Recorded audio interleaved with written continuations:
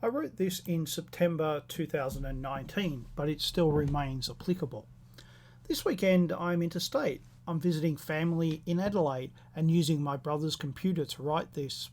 I was hoping to move some furniture at the same time, so I contacted some hire companies to hire a moving van. I called Budget, one of the hire companies, and spoke to a woman in the Philippines who quoted me $109, which I queried as it seemed too cheap. The woman insisted that the price was correct, but I didn't book a vehicle as it was smaller than I wanted. I then rang Eurocar, who quoted me $642 for the exact same thing. I then called Thrifty, and they said I had to hire the vehicle for 5 days at a cost of $1,800. The next day, I went into my nearest Budget store to see if it really was $109. It wasn't. The Indian man who served me told me I had to hire the vehicle for 2 days and it would also cost $1,800.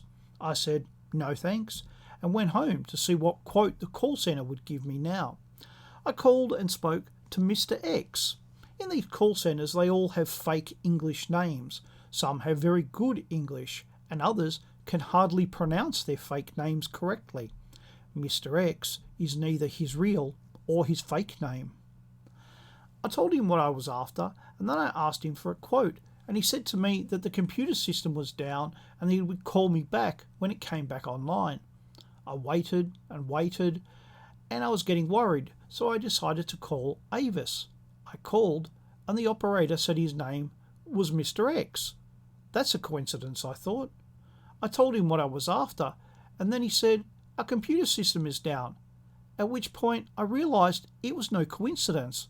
I was speaking to the exact same operator. I started laughing, at which point Mr. X asked me, is that you, Mark? At which point he started laughing, and why not? So now I know that Budget and Avis use the exact same call centre in the Philippines. The question is, how many of these competitors use this call centre? Just how competitive is this industry? I'd also like to know why an Australian in Australia trying to hire a vehicle in Australia needs to speak to someone in the Philippines. From the prices I was quoted, I felt like I was buying gold instead of hiring a vehicle for a day.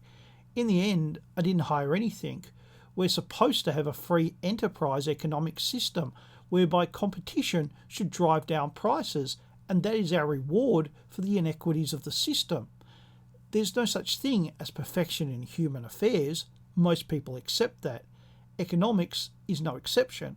Today, the old arguments do not work. What justification exists for us being exploited by corporations for the exclusive benefit of corporations?